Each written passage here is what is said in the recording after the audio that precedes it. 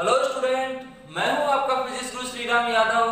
Physics की online classes में आपका एक बार फिर से स्वागत करता हूं। स्टूडेंट यदि आप हमारे चैनल पर पहली बार आए हो तो चैनल को जरूर सब्सक्राइब कीजिएगा, साथ में नोटिफिकेशंस प्राप्त करने के लिए बेल आइकन को भी दबाइए।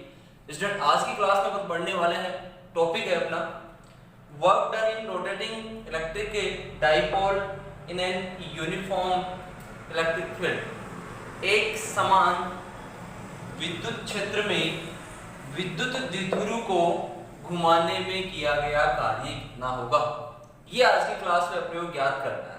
मतलब कोई भी विद्युत द्विध्रुव है, यदि वो एक समान विद्युत क्षेत्र में रखा हुआ है तो उस एक समान विद्युत क्षेत्र में द्विध्रुव को एक स्थिति से दूसरी स्थिति तक रोटेट किया जा रहा है। समझ गए? यदि एक स्थिति से दूसरी स्थिति तक रोटेट करते हैं तो विद्युत क्षेत्र द्वारा उस द्विध्रुव पर जो बल लग रहा है उस बल के विरुद्ध कुछ कार्य किया जा रहा है और वो कार्य अपने को यहाँ ज्ञात करना है कि वो कार्य कितना होगा। समझ गए स्टूडेंट? तो यहाँ पर एक समान विद्युत क्षेत्र में द्विध्रुव को घुमाने में किए गए कार्य का आकलन करना है। तो स्टूडेंट इसके लिए यहाँ पर अपन एक समान विद्युत क्षेत्र की परिकल्पना करते हैं। पहले एक समान विद्युत क्षेत्र जिसे समांतर विद्युत क्षेत्र रेखाओं के द्वारा प्रदर्शित किया जाता है। समझ गए?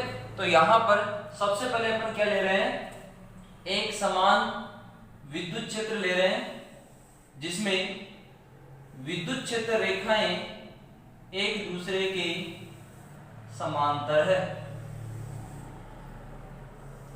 इस प्रकार का ये अपने पास कोई एक समान विद्युत क्षेत्र E है।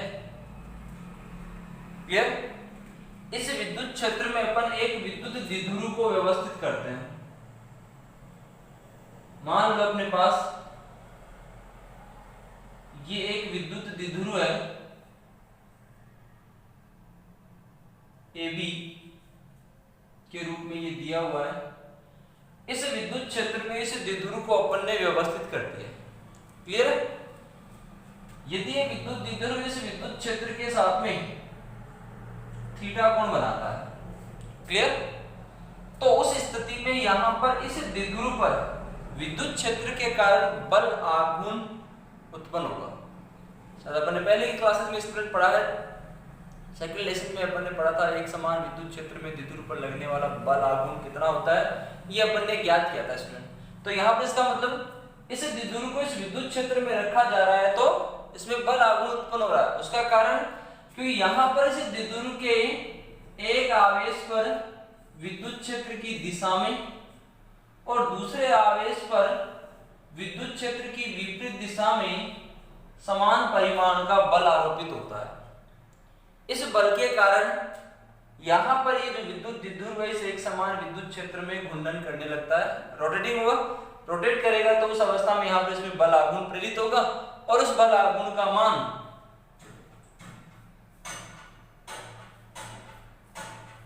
समरूप विद्युत क्षेत्र में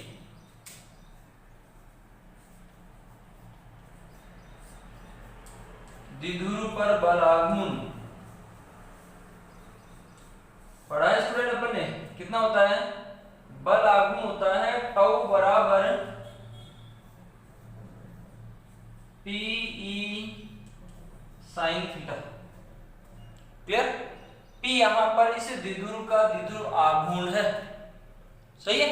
द्विध्रुव के एक आवेश के परिमाण और दोनों आवेशों के बीच की दूरी का जो गुणनफल है उसे अपन द्विध्रुव आघूर्ण कह रहे हैं। E यहां पर विद्युत क्षेत्र, थीटा यहां पर P और E के मध्य बनने वाला कोण। अब यहां पर ये द्विध्रुव विद्युत क्षेत्र के कारण घूर्णन कर रहा है। अब यहां पर अपने को इस विद्युत क्षेत्र में से द्विध्रुव को घूर्णन करवाना है, एक स्थिति से दूसरी स्थिति तक विस्थापित करना है और उस विस्थापन में किया गया कार्य अपने को ज्ञात करना है स्टूडेंट। समझ गए?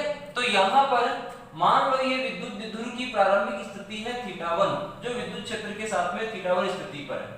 अब यहाँ पर इस द्विध्रुव को रोटेट करके इसकी इस स्थिति से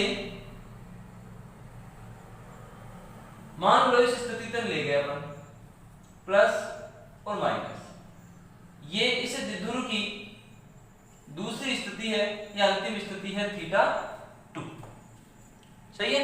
a डैश b डैश के रूप में इसे दर्शाते हैं अपन। तो उस अवस्था में यहाँ पर कुल विस्थापन ये है।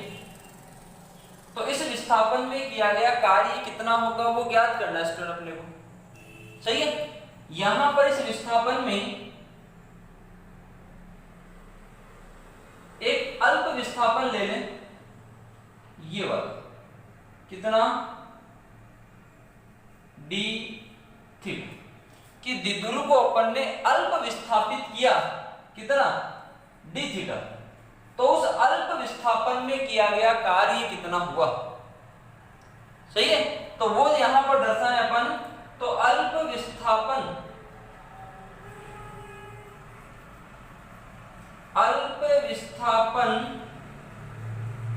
डी थीटा में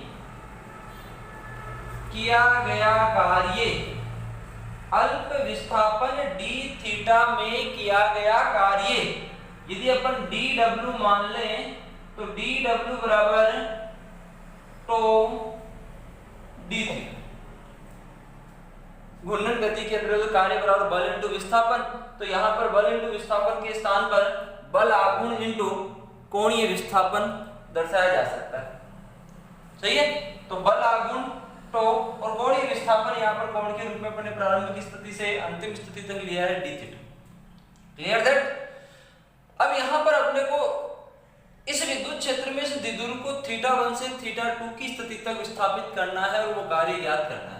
तो इसके पूरे विस्थापन को अपन डी थीटा विस्थापनों में विभाजित कर दे तो एक डी थीटा विस्थापन में इतना कार्य हुआ, यदि दूसरा डी थीटा विस्थापन होगा तो उसमें भी इतना ही कार्य होगा, तीसरा होगा उसमें भी इतना ही कार्य होगा, चौथा होगा तो उसमें भी इतना ही कार्य होगा। क्लियर। तो उस स्थिति में यहाँ पर यदि अपन कुल कार्य का आकलन करें तो उस अवस्था में प्रारंभिक स्थिति से अंतिम स्थिति तक इस समीकरण का समाकलन कर लें। तो किया गया कुल कार्य,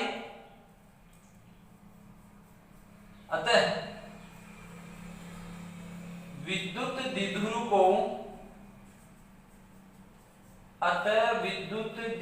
को θ1 की स्थिति से θ2 की स्थिति तक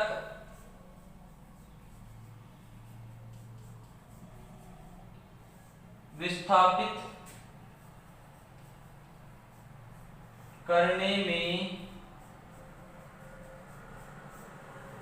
किया गया कार्य कितना होगा स्टूडेंट। ये कुल कार्य अपन यहां पर लिख सकते हैं W बराबर समाकलन dW, और समाकलन की लिमिट θ1 से लेकर θ2 तक लिखी जा सकती है। क्लियर है। यहां पर dW अपने पास क्या है स्टूडेंट, dW है अपने पास टो डी थीटा, θ1 से θ2 तक इसकी लिमिट है। क्लियर। टो का मान भी अपने को दिया हुआ स्टूडेंट यहां पर, तो W बराबर क्या लिख सकते हैं, समाकलन PE sin theta D theta, समाकलन की लिमिट θ1 से θ2 तक, मतलब टो के स्थान पर अपन ने क्या पुट कर दिया, P sin थीटा पुट कर दिया। सही है। अब यहाँ पर इस द्विध्रुव को यदि अपन θ1 से θ2 तक लेके जा रहे हैं तो PE जो है वो कांस्टेंट रहेगा, उसके मान में कोई परिवर्तन नहीं होगा। तो इसका मतलब इस समाकलन में अपन PE को समाकलन से बाहर ले लें तो अंदर क्या रह गया, sin थीटा डी थीटा। तो स्टूडेंट sin थीटा का समाकलन आपको पता है, तो sin थीटा का समाकलन करें कितना होगा, माइनस cos थीटा, लिमिट इसकी θ1 से θ2 तक। तो लिमिट पुट करें तो PE बराबर अपने को क्या मिल गया, minus cos θ2 minus cos θ1, upper limit minus lower limit के रूप में अपन ने इसको सोल्व कर लिया। तो W बराबर अपने को क्या मिल गया स्टूडेंट, W बराबर मिल गया अपने को PE cos θ1 माइनस cos θ2, ये माइनस माइनस प्लस हो गया तो cos θ1 को पहले ले लिया। इसका मतलब यदि द्विध्रुव को अपन θ1 की स्थिति से θ2 की स्थिति तक विस्थापित कर रहे हैं तो उस विस्थापन में किया गया कार्य ये रहेगा स्टूडेंट। क्लियर। तो यहां पर टॉपिक था अपना एक समान विद्युत क्षेत्र में द्विध्रुव को घुमाने में किया गया कार्य। तो द्विध्रुव को यदि अपन θ1 की स्थिति से θ2 की स्थिति तक विस्थापित कर रहे हैं तो उस विस्थापन में किया गया कार्य W बराबर PE गुणा cos θ1 माइनस cos θ2। सही है। अब यहाँ पर इसमें कुछ स्पेशल केसेस ले सकते हैं अपन।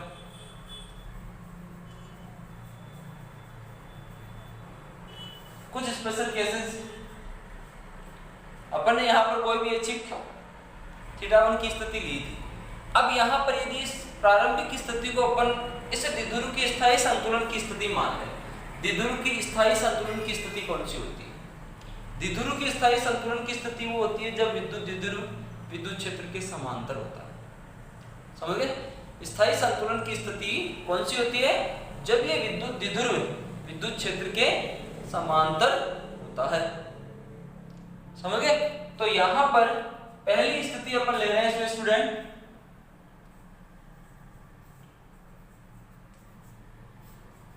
द्विध्रुव की स्थायी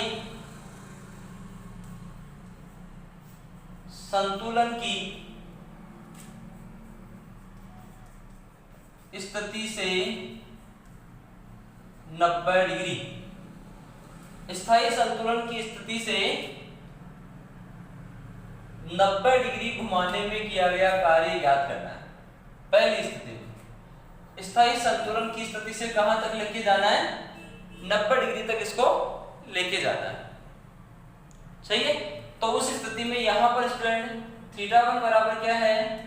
0 डिग्री और θ2 बराबर क्या है स्टूडेंट? 90 डिग्री। सही है। स्थायी संतुलन अभी मैंने बताया, स्थायी संतुलन द्विध्रुव की वह स्थिति है जब विद्युत द्विध्रुव विद्युत क्षेत्र के समांतर होता है। तो समांतर होगा तो θ1 का मान 0 हो जाएगा। तो उस अवस्था में W बराबर क्या मिल जाएगा स्टूडेंट अपने को? PE cos 0 minus cos 90। सही है। समीकरण अपने पास यही है, θ1 और θ2 का मान पुट करना अपने को। तो उस स्थिति में W बराबर PE1 माइनस 0, cos 0 का मान 1, cos 90 का मान 0। तो W बराबर क्या मिल गया? P मिल गया पहली स्थिति में। और वो स्थिति कौन सी है कि द्विध्रुव की स्थायी संतुलन की स्थिति से 90 डिग्री तक घुमाना है। तो उस स्थिति में विद्युत क्षेत्र में द्विध्रुव को घुमाने में किया गया कार्य P के बराबर होगा। दूसरी स्थिति में ले लो स्टूडेंट,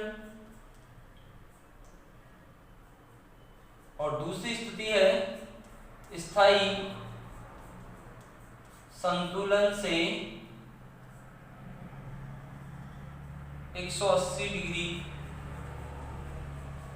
घुमाने में किया गया कार्य। इस स्थिति में θ1 बराबर 0 और θ2 बराबर 180 डिग्री। सही है। स्थायी संतुलन से 180 डिग्री तक घुमाना है। तो उस स्थिति में यहां पर θ1 का मान 0 है और θ2 का मान 180 हो जाएगा। तो W बराबर क्या मिल रहा है?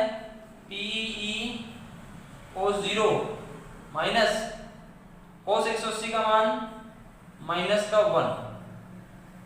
तो ये माइनस माइनस प्लस, तो सीधा मान क्या पुट करें? पहले तो रखो cos 180। तो उस अवस्था में PE 1 माइनस माइनस 1 कि cos 180 का मान स्टूडेंट कितना होता है? माइनस 1 होता है। माइनस माइनस प्लस हो गया तो 1 प्लस 1 2। तो W बराबर कितना मिल गया? 2PE। यदि द्विध्रुव को अपन स्थायी संतुलन की स्थिति से 180 डिग्री तक घुमा रहे हैं तो 180 डिग्री तक घुमाने में किया गया कार्य 2PE के बराबर होगा। क्लियर है? तो यहाँ पर दो स्थितियां आपने को ये मिल गई। तीसरी स्थिति भी स्टूडेंट में शॉर्ट में दर्शा रहा हूं। तीसरी है θ1 बराबर 90 डिग्री से θ2 बराबर 180 डिग्री तक, मतलब द्विध्रुव को उसकी लंबवत स्थिति से विपरीत स्थिति तक विस्थापित करना है। तो किया गया कार्य W बराबर PE cos 90 minus cos 180। cos 90 का मान 0, PE cos 90 का मान 0, cos 180 का मान -1, तो माइनस माइनस +1, तो W बराबर क्या मिल गया PE। तो यहाँ पर इन समीकरणों से क्या स्पष्ट हो रहा है स्टूडेंट, इन समीकरणों से ये स्पष्ट हो रहा है कि यदि अपन विद्युत द्विध्रुव को प्रत्येक 90 डिग्री तक यदि अपन विस्थापित करते हैं तो उस विस्थापन में किया गया कार्य PE के बराबर होगा। 0 से 90 तक ले जा रहे हैं तो P मिल रहा है, फिर 90 से 180 तक ले जा रहे हैं तो फिर P मिल रहा है, और यदि अपन 0 से 180 तक ले जा रहे हैं तो वो 2PE के बराबर मिल रहा है, मतलब डबल हो गया कार्य।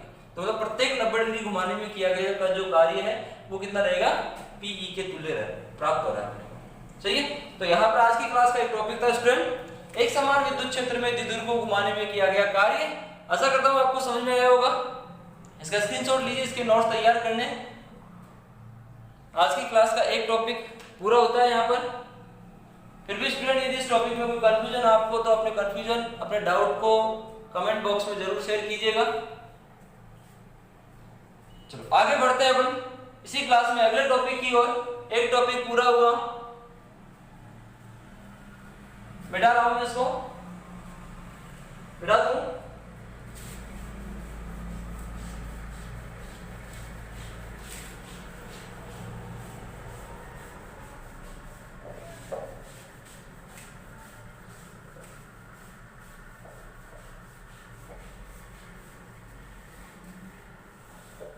दूसरा टॉपिक स्टूडेंट आज की क्लास का देखते हैं अपन।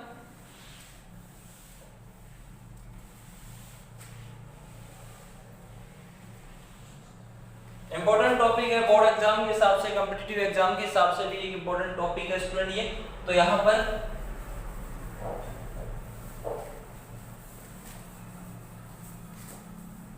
देखो टॉपिक है, हिंदी में बता दूं मैं पहले। टॉपिक बाह्य विद्युत क्षेत्र में विद्युत द्विध्रुव की स्थितिज ऊर्जा।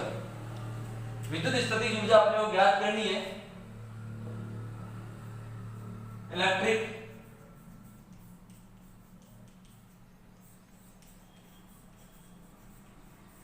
Potential energy of an electric dipole in an external electric field है।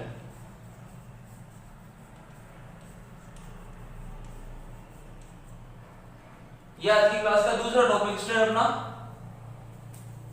Electric potential energy of an electric dipole in an external electric field. Hindi में लिख रहा हूं मैं, बाह्य विद्युत क्षेत्र में,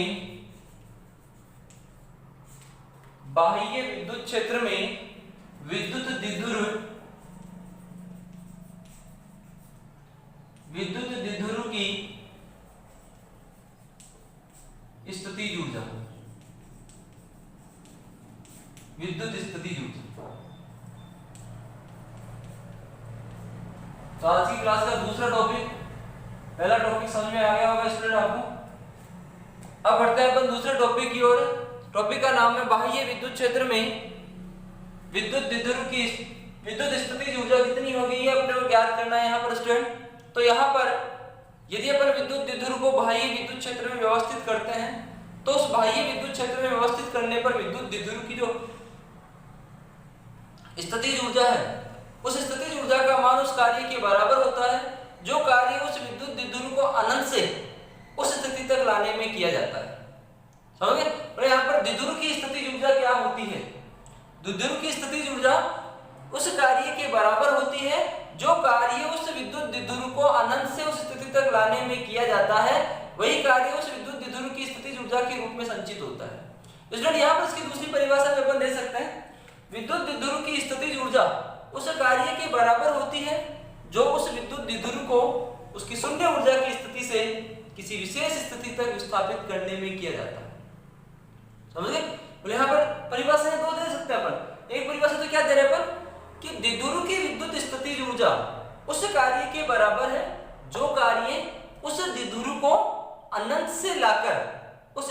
तक लाया जाता है। अनंत से यदि अपन उस स्थिति तक द्विध्रुव को ला रहे हैं तो जो कार्य किया जा रहा है वो उसकी विद्युत स्थितिज ऊर्जा के रूप में संचित हो रहा है।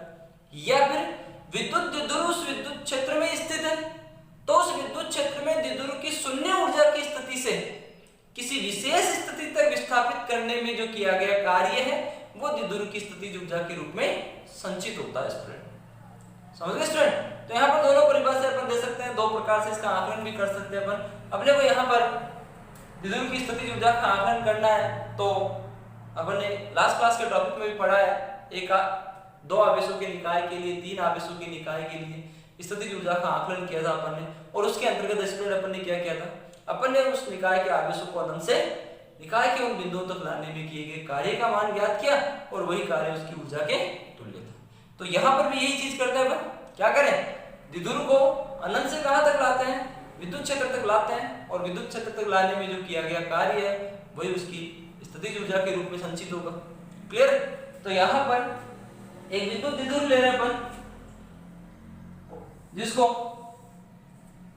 इस एक समान विद्युत क्षेत्र तक लाना है। ये अपने पास एक समान विद्युत क्षेत्र है E, ठीक है। अब यहां पर एक विद्युत द्विध्रुव को अनंत से विद्युत क्षेत्र तक इस प्रकार लाते हैं कि उसका द्विध्रुव आघूर्ण सदैव विद्युत क्षेत्र के समांतर है।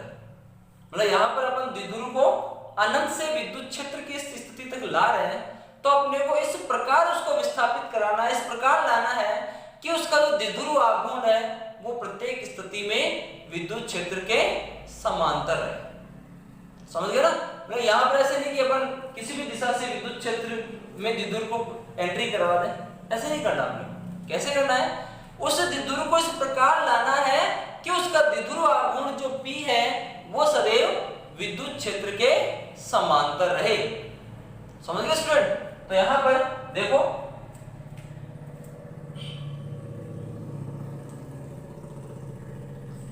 अनंत पर अपने पास विद्युत द्विध्रुव है, उस विद्युत द्विध्रुव को अपन गति कराते हुए कहां लेके जा रहे हैं, विद्युत क्षेत्र में लेके जा रहे हैं। सही है? इसे विद्युत क्षेत्र में अपन ला रहे हैं तो अपना जो विद्युत द्विध्रुव है प्लस और माइनस क्यू आवेश, ये जो विद्युत द्विध्रुव है इसका द्विध्रुव आघूर्ण जो P है वो विद्युत क्षेत्र के समांतर होना चाहिए।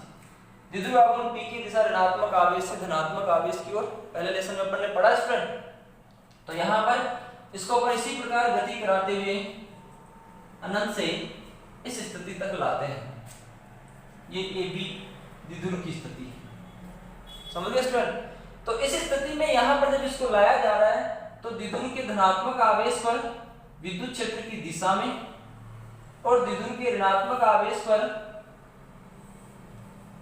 विद्युत क्षेत्र की विपरीत दिशा में बल आरोपित होता है QE, F बराबर QE, विद्युत क्षेत्र के कारण लगने वाला विद्युत बल। तो यहां पर इस स्थिति तक जब इसको लाया जा रहा है तो उस अवस्था में जो ऋणात्मक आवेश है इस द्विध्रुव का, वो ऋणात्मक आवेश इस धनात्मक आवेश की तुलना में अतिरिक्त दूरी तय करता है। और वो दूरी कितनी होगी, वो दूरी इस द्विध्रुव के दोनों आवेशों के बीच की दूरी के बराबर, अर्थात 2L यदि अपन ये दूरी मान ले तो इसका मतलब जो ऋणात्मक आवेश Q है, ये ऋणात्मक आवेश Q इस धनात्मक आवेश Q की तुलना में 2L दूरी अतिरिक्त तय करता है। तो इस अतिरिक्त दूरी में अतिरिक्त कार्य भी किया जा रहा है। समझ गए? तो यहां पर -Q आवेश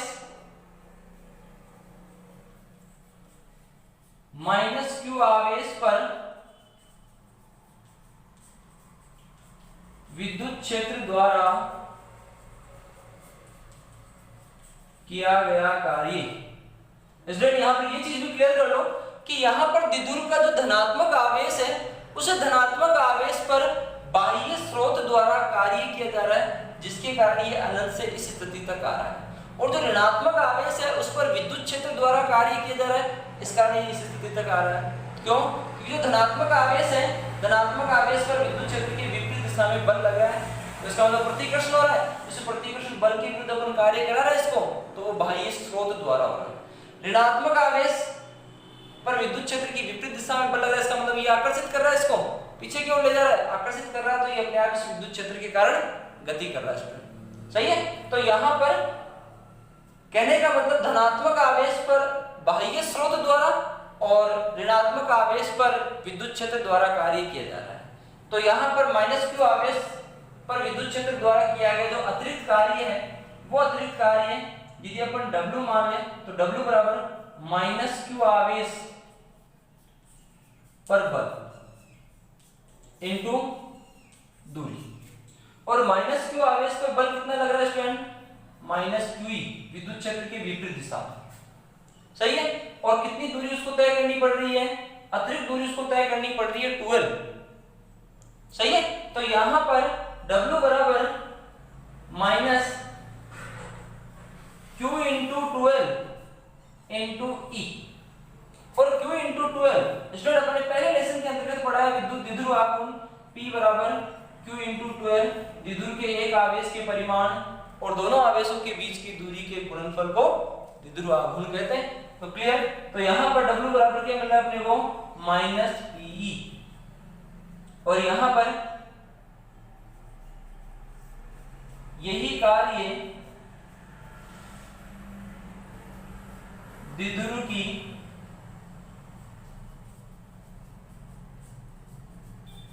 विद्युत क्षेत्र के समांतर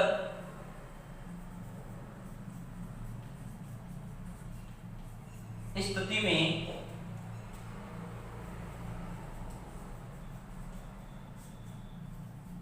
स्थितिज ऊर्जा के रूप में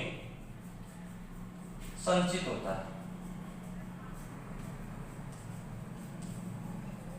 समझ गए? इसका मतलब क्या हुआ?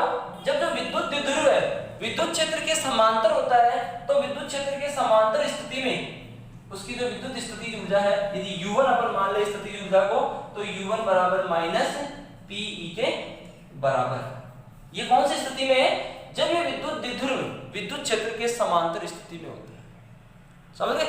अब यहां पर यदि अपन इसे विद्युत द्विध्रुव की विद्युत क्षेत्र से किसी विशेष स्थिति पर स्थितिज ऊर्जा का आकलन करें, तो यहां पर विद्युत द्विध्रुव को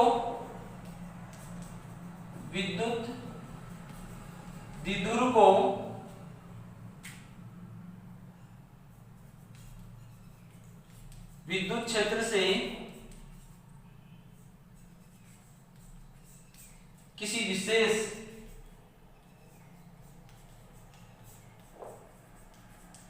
स्थिति तक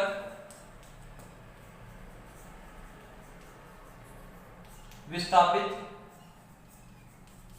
करने में किया गया कार्य। अभी अपने आज की क्लास का पहला टॉपिक पढ़ा है स्टूडेंट, बाह्य विद्युत क्षेत्र में द्विध्रुव को घुमाने में किया गया कार्य।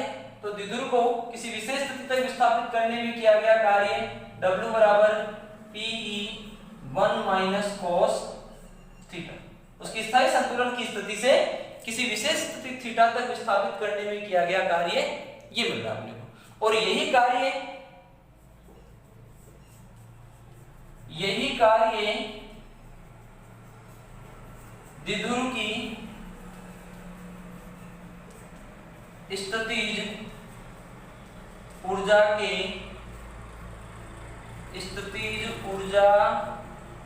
के रूप में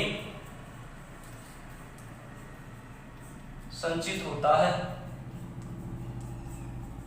इसको यदि अपन U2 मान लें तो U2 बराबर Pe1 cos थीटा। जब विद्युत द्विध्रुव विद्युत क्षेत्र से किसी थीटा कोण की स्थिति में होता है, तो उस अवस्था में उसकी विद्युत स्थितिज ऊर्जा का मान ये होता है। तो इसका मतलब द्विध्रुव की कुल ऊर्जा, अतः द्विध्रुव की कुल स्थितिज ऊर्जा U बराबर U1 प्लस U2। इसकी कुल ऊर्जा का आकलन करें तो यहां पर इस द्विध्रुव की कुल ऊर्जा U बराबर U1 प्लस U2, U1 और U2 अपने पास समीकरण 1 और 2 में है।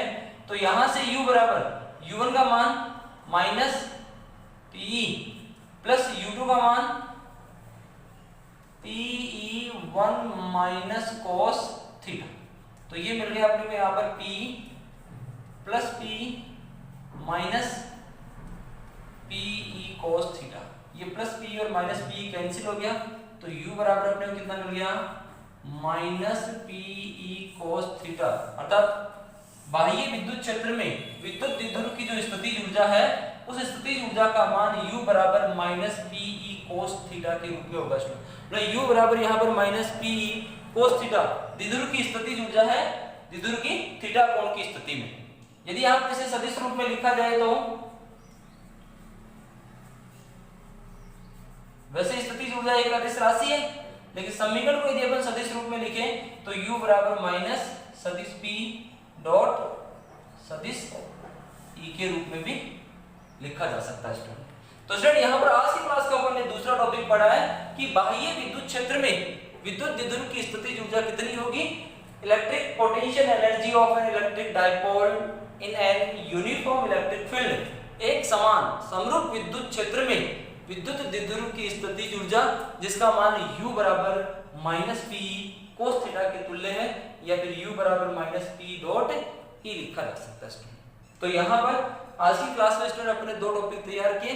आशा करता हूँ दोनों टॉपिक समझ में आए होंगे। फिर भी यदि आपको कोई कंफ्यूजन और डाउट हो तो अपने कंफ्यूजन और डाउट को कमेंट बॉक्स में जरूर शेयर कीजिएगा स्टूडेंट। इसका एक स्क्रीनशॉट लीजिए, इसके नोट्स आपको तैयार करने हैं स्टूडेंट, साथ साथ आप नोट्स तैयार कर रहे होंगे आशा करता हूँ। अब यहाँ पर दो टॉपिक अपन ने तैयार किए हैं, तो अभी तक की क्लासों में अपन यही किया है कि प्रत्येक टॉपिक का एक न्यूमेरिकल साथ में सोल्व किया है। तो यहाँ पर देखो आज की क्लास के लिए एक न्यूमेरिकल, इस टॉपिक पर आधारित जो टॉपिक आज की क्लास में अपन ने पढ़ा है इस टॉपिक का एक न्यूमेरिकल सोल्व करते हैं स्टूडेंट। नोट कीजिए, इसको स्क्रीनशॉट ले लीजिए इसका, मैं इसको मिटा रहा हूं। अब यहाँ पर इसका एक न्यूमेरिकल देखते हैं स्टूडेंट। इंपॉर्टेंट टॉपिक है बोर्ड एग्जाम के हिसाब से, कॉम्पिटिटिव एग्जाम में इस पर आधारित एक न्यूमेरिकल कंफर्म आईआईटी हो या नीट की एग्जाम हो, एक क्वेश्चन कंफर्म स्थितिज ऊर्जा से संबंधित होता है स्टूडेंट। तो देखो यहाँ पर एक क्वेश्चन मैं आपको सोल्व करा रहा हूँ, बाकी क्वेश्चन आप बुक के एनसीईआरटी राजस्थान बोर्ड की जो भी बुक है आपके पास उसके बाकी एग्जांपल और आज के प्रश्नों का स्वयं सोल्व करना। फिर भी यदि किसी न्यूमेरिकल में आपको डाउट हो रहा है तो आप अपने डाउट को शेयर कीजिएगा। देखो यहाँ पर एक क्वेश्चन मैं आपको सोल्व करा रहा हूँ। क्वेश्चन है अपना 2 माइक्रोकूलम एवं -2 माइक्रोकूलम के दो आवेश, क्वेश्चन है स्टूडेंट ध्यान से पढ़ो, 2 माइक्रोकूलम एवं -2 माइक्रोकूलम के दो आवेश एक दूसरे से 2 × 10⁻³ मीटर की दूरी पर स्थित है। समझ गए? दो आवेश है अपने पास, 2 माइक्रोकूलम और -2 माइक्रोकूलम, जिनके बीच की दूरी कितनी है 2 × 10⁻³ मीटर इनके बीच की दूरी है। यह द्विध्रुव है, यह द्विध्रुव 5 × 10⁵ वोल्ट प्रति मीटर के विद्युत क्षेत्र में स्थित है। मतलब ये विद्युत द्विध्रुव कहां रखा हुआ है 5 × 10⁻⁻5 वोल्ट प्रति मीटर के विद्युत क्षेत्र में ये विद्युत द्विध्रुव रखा हुआ है। तो यहां पर अपने को इस द्विध्रुव के लिए गणना करनी है। गणना कीजिए, क्या चीज, एक चीज ज्ञात करनी है अपने को, बल आघूर्ण, द्विध्रुव का बल आघूर्ण अपने को ज्ञात करना है। दूसरी स्थिति अपने को ज्ञात करनी है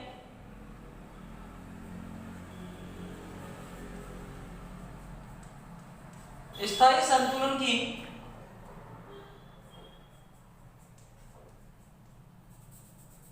संतुलन की स्थिति में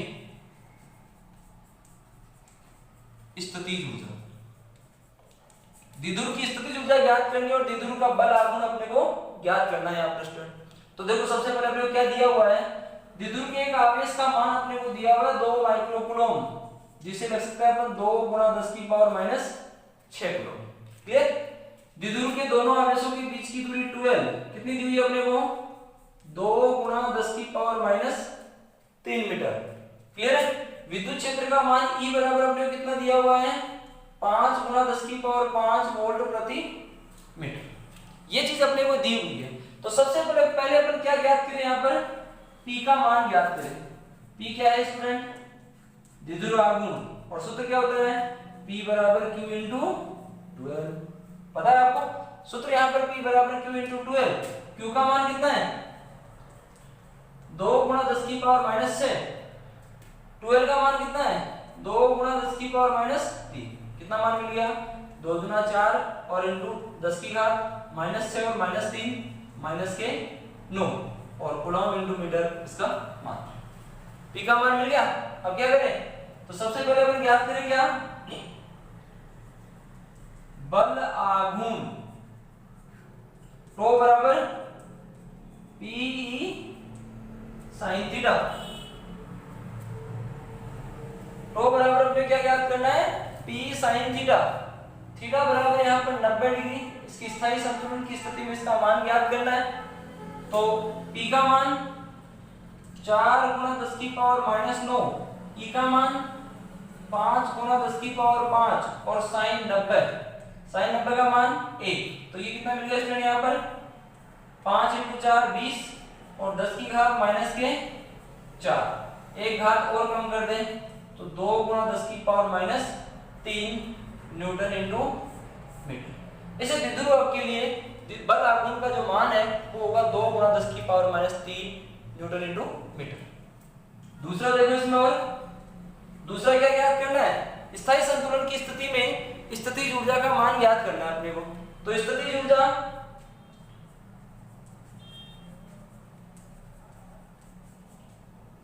ऊर्जा U बराबर minus P cos theta. Theta का मान यहाँ पर स्थायी संतुलन की स्थिति में थीटा बराबर 0 डिग्री। तो उस अवस्था में यहाँ पर मान पुट करें। P का मान माइनस P क्या है? 4 गुणा 10 की पावर माइनस 9। E का मान 5 गुणा 10 की पावर 5 और cos 0 का मान 1। तो वही मान यहाँ पर मिल रहा है अपने को 20 गुणा 10 की पावर माइनस 4 या 2 गुणा 10 की पावर माइनस 3 जूल ऊर्जा है। तो ऊर्जा का मात्रक यहाँ पर जूल। तो स्टूडेंट यहाँ पर आज की क्लास का टॉपिक जिस पर आधारित अपने न्यूमेरिकल तैयार किए, आशा करता हूँ आपको समझ में आया होगा। थैंक यू स्टूडेंट आज की क्लास के लिए।